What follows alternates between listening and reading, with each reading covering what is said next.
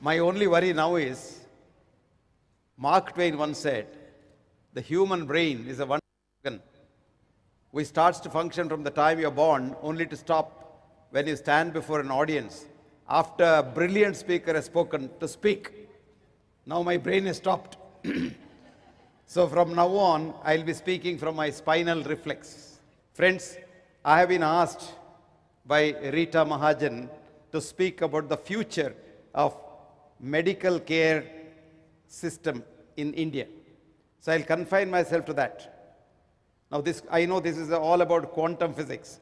Quantum physics is a new science from the West, which tries to understand this universe. Let me define science. I have my own definition of science. Science is something which tries to understand this universe, how it works. Science is not something which teaches the universe how it should work. The Western science, which is called the reductionist science, is now trying to teach the world how to work. I'll give you an example. If you don't have a baby, now the Western science says we will create a baby in the test tube. If you can't deliver normally, we will take the baby out through the abdomen. But we don't realize how we are affecting nature's working. I'll give you a simple example. For every cell in the human body, we have 10 germ cells inside us. In other words, we are germs actually. We have come from germs and we are germs. But these germs, most of them come when you come out to the mother's genital tract. 90% of these germs go in when you come out of the mother's tract. Rest of them, of course, are there in your womb, in the mother's womb itself. Now, if you take the baby out from here, God only knows what will happen to that baby in the future. There are not enough studies to say what happens to these cesarean delivered babies. But what shocks me is the way we are going. A lady doctor came to me the other day and she said, in Hyderabad city, 90% of the women deliver through cesarean section. There's something wrong with our health. We call it as health care system. No, we don't have a health care system. We have a health scare system. Frightening people. What we are having is a sickness care industry. One of the most lucrative industries in the world is sickness care industry, which is 3 times more powerful than the oil industry. You probably don't know. It's a multi-trillion-dollar industry. Now, every industry, in one sense, in the philosophic sense, is a curse on mankind. Did you know that? No. 1802, the first industry started in Europe, to be precise, in England. And there was this romantic English poet, William Wordsworth.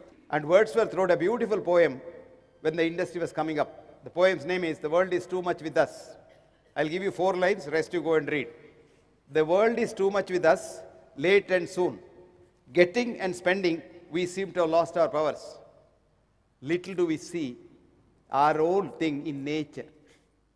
We have sold our soul to the devil, a sordid boon. Full stop. A little while ago, the editor of the magazine here, a brilliant young lady, a great scholar of Telugu, asked me one question. Doctor, we all look up to doctors as gods, but why are our doctors not behaving like gods? Very pertinent question, very pertinent question. My answer is very simple. Whole society has become so corrupt that doctors also come from the same society. We are not descending from heaven as a separate entity. So if 10% of the society is corrupt, 10% of the doctors must be corrupt. But unfortunately, what happens is there's a great attraction here for making money, and quick money at that. So because sickness care has become an industry. So it is perforce a law that we doctors also must be commercial. So we have become commercial. Hippocrates, whom we claim as the father of modern medicine, Western medicine, has clearly said that we have 3 roles to play in society. Remember that? Cure rarely, comfort mostly, but console always. What a beautiful saying. Cure rarely. You can't cure nothing. With your reductionist thinking, you can't cure anything. But you can comfort most things now. What is man's biggest enemy? Pain. This has been man's enemy in the past, this is the man's enemy today, and man's enemy in the future. You take any disease under the sun, pain. But today, we have in Western science, reductionist medicines, to allay pain of any kind. You don't have to worry about pain. But without pain, sometimes patients still have a lot of problems and say they are dying.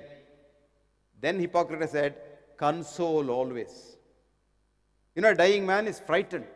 He doesn't know what's next. Though, of course, someone very clearly said here, I think our political leader very clearly said there is no hell and heaven. Very interesting. That brought me back to my mind a big debate I had to moderate at the last minute. The debate was, is there hell, is there heaven? And there are two sides arraigned. One side, all youngsters who have not gone to hell or heaven. And the other side, all elderly people expecting to go there soon. And the fight went on. And a very brilliant brain in India was to moderate that. Late C. Subramaniam, whom I respect very much. Last minute, his flight got so delayed in Bombay, he couldn't reach Mangalore. So the organizers came and said, sir, there are only 2 hours for the debate. And somebody has to moderate. And the moderator is not coming. Please come and moderate. You know, can you imagine that? So I went there without any idea whatsoever. So I heard both the sides. The youngsters were saying, now tell us, where is the proof, evidence, saying that there is heaven? Who has gone? The other side was saying, no, you don't know. As you grow old, you know where heaven is, where hell is. And, you know, you must worry about that, and so on and so forth. It went on. It was 5:30 in the evening. So I told them, okay, now let's stop. Both of you have not seen hell or heaven. But this is a town hall. Just look out of the window. Poor children who have not had 1 meal a day, playing on the ground, filth, no proper clothes, and the dog is also lying there by the side. I said, that is hell. Now look at the inside of the town hall. You're all well fed. Just now you had a round of tea circulated, and you have biscuits, and you had a light lunch. This is heaven. Now each one of you has to do one thing in life. That you are a good girl. Please try to convert a bit of that hell into heaven before you go from here. Wherever you go, you will do well. Because I was quoting D.H. Lawrence, who said, our ingress into this world was naked and bare. Our progress in this world, trouble but care. Our egress from this world will be nobody knows where. If you do well here, you will do well there. So why worry where you go? Now a dying patient is worried. I tell them, why are you worried? You are a good man. Dharma, Artha, Kama, Moksha. You will go to heaven and you should go there. You're very happy. That's where you wanted to go all your life. Supposing the account keeping in the God's book is slightly gone wrong. His chartered accountant was not honest. So you may go to hell. So what? So many of your friends are there. You're so happy there. This is called consoling. Did you understand that? Now, one request I have for the government, and I have already spoken to the government, is not to have caste system in sickness care. We have this caste system. Western medicine, Ayurveda, Unani, Siddha, homeopathy, and what have you. All these do the same thing. Cure rarely, comfort mostly, but console always. But you know at the end what helps? It was said by a great thinker in medicine, very great thinker, Lord Platt, who was a professor of medicine in London for a long time. He was like a colossus. He said, what is medicine ultimately? Coming to the two human beings. A man who is ill, man includes a woman also, I'm not using it as a species, not as sex. A man or a woman who is ill comes to seek the advice of another man or a woman in whom he has got confidence. The word confidence. And when you have confidence in the other person, you automatically get cured. So this coming together of human beings is the apex of medicine. All else will flow from that summit, whether it is Western medicine, Eastern medicine, homeopathy, Umapathy, Ayurveda, anything. It all ultimately comes to two human beings trusting one another and having faith in one another. Now this, a little while ago I was telling you, an elaborate study, a prospective study which went for 4 years, done by 4 universities, Oxford, Cambridge, Hamburg and Munich, led by the Oxford University Professor Bingel, showed very clearly, exhaustively, that ultimate curing is because of the faith and not because of the medicine you use. Whether it is a Western chemical or homeopathy, The effect is the same. Did you get that? But there is one difference. Homeopaths will be very happy. What will happen to the reductionist chemical you put inside the system? Another extensive study was done in Washington University by a man called Douglas C. Wallace, D.C. Wallace. Anybody writing? Yes. This is the heading of this study was called Mitochondria as Chi. Chi is energy. Mitochondria as Chi. Now this man invented a computer chip called MIT chip, mitochondrial chip. And he tagged the chip onto every medicine that goes inside, whether it is aspirin to tucromycin. Everything he tags. Now and follows it computer-wise. When the medicine goes into the system says, hey, I have not seen this. This is something new. So I have never seen this. So throw it. It must be poison. And it's immediately thrown to the liver. So every chemical that you put inside your system, mark my words, I'm repeating it, every chemical you put into a system, if it is a reductionist chemical, that is a part of it removed, it goes to the liver for destroying. And every medicine you take, and second day you go and test your liver function test, it will be altered.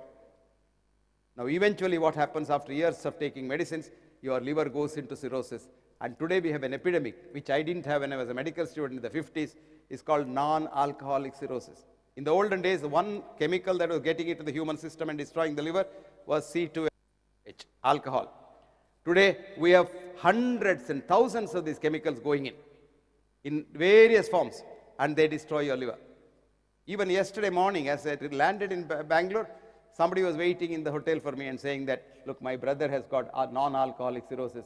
He's bleeding, and they say he's useless. Can you do something? I said, only I can pray.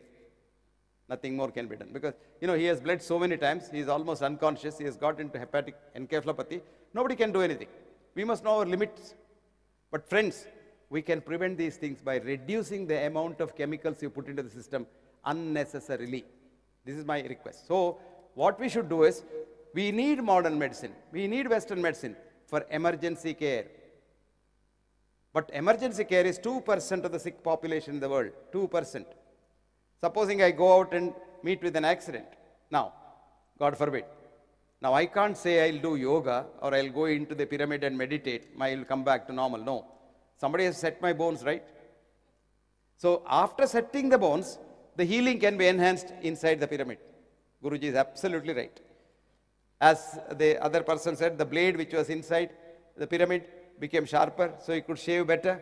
But most people in the concentration camp never shaved their face. So you don't worry about that.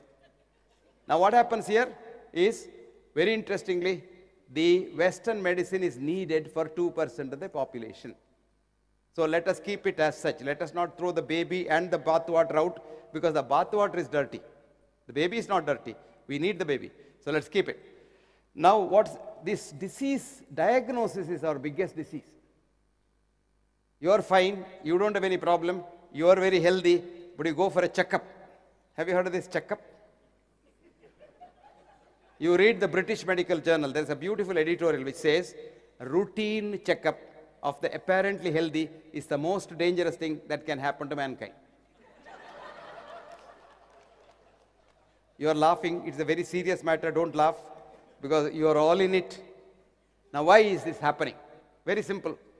We will not have to go to quantum physics for that. Simple statistics. What is the height of India, male, or Indian female for that matter? What do? We collect 1,000 males, take their height, and plot it on a graph. It becomes a Gaussian curve, a bell-shaped curve. You all know statistics a little, isn't it? So now, all these people are normal inside their curve. Did you understand that? But we take the mean plus 2 standard deviation as average, the middle. You put all this. There are people who are 4.6. There are people who are 6.2. Amitabh Bachchan. Jaya Bachchan, 4.6. You see that?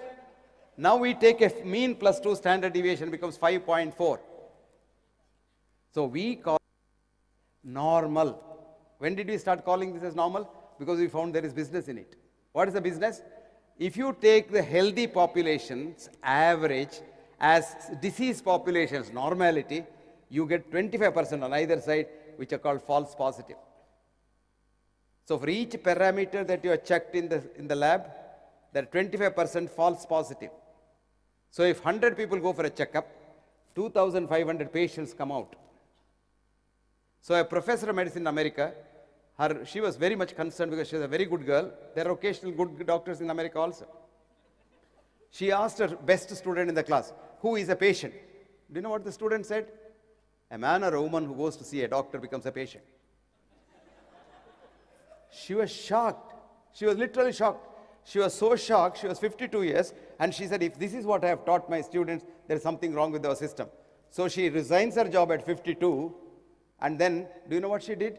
She sat the MCAT examination. At 52, she joins her own medical college as a student to find out what is wrong with the medical education. And before that, before she could come out, my book had come out, What Doctors Don't Get to Study in Medical School. So she wrote me a letter. Had I seen your book, I wouldn't have wasted my time again sitting the MCAT and going through this. Do you know the next question she asked the student? When will he become a man or a woman again? The student shot back, rarely ever, comma, if ever, full stop. Modern medicine's, Western medicine's idea is not to cure your disease. If you have discovered a drug which cures a disease, they won't fund it. They want drugs which chronify your problem. I'll give you one example. How many diabetics are here? Raise your hand. Oh, good, good. Don't you worry. You're actually, in a way, better than normal people because according to some study done in Madras, you live 10 years longer than others.